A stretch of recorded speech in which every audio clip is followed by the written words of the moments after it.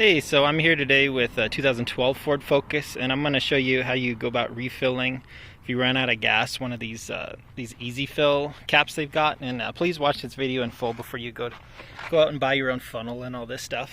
So, which I made the mistake of, because yeah, we run a small rental fleet, and I guess abandoned a car without any gas. So, went to the car.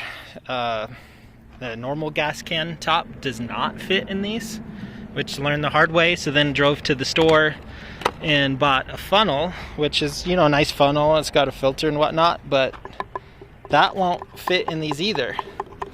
So I could demonstrate. This has some gas in it, but this isn't gonna fit in here, even if you try to tip it up all the way. The brand new funnel, you know, nice filter and stuff won't fit. So kind of misleading how they advertise it. It's an easy fuel, but it's what it is.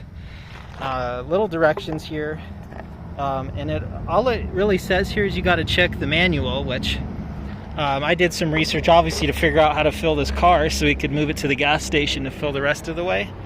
And basically, if you've got a Ford model, probably other models out there with something similar, but something that's got one of these easy fuels, you're going to want to go into your trunk,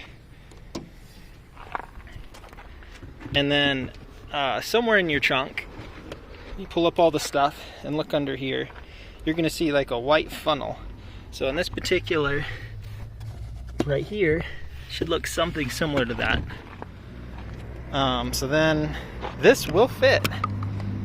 So I think it's just a weird cap design, so you don't have to replace the cap, but it's emission compliant. So that'll fit. And then if you've got a fancy funnel, it's still nice to use. Like this one's got a filter, so you could just fill into that with your gas can or whatever makes sense for what you got.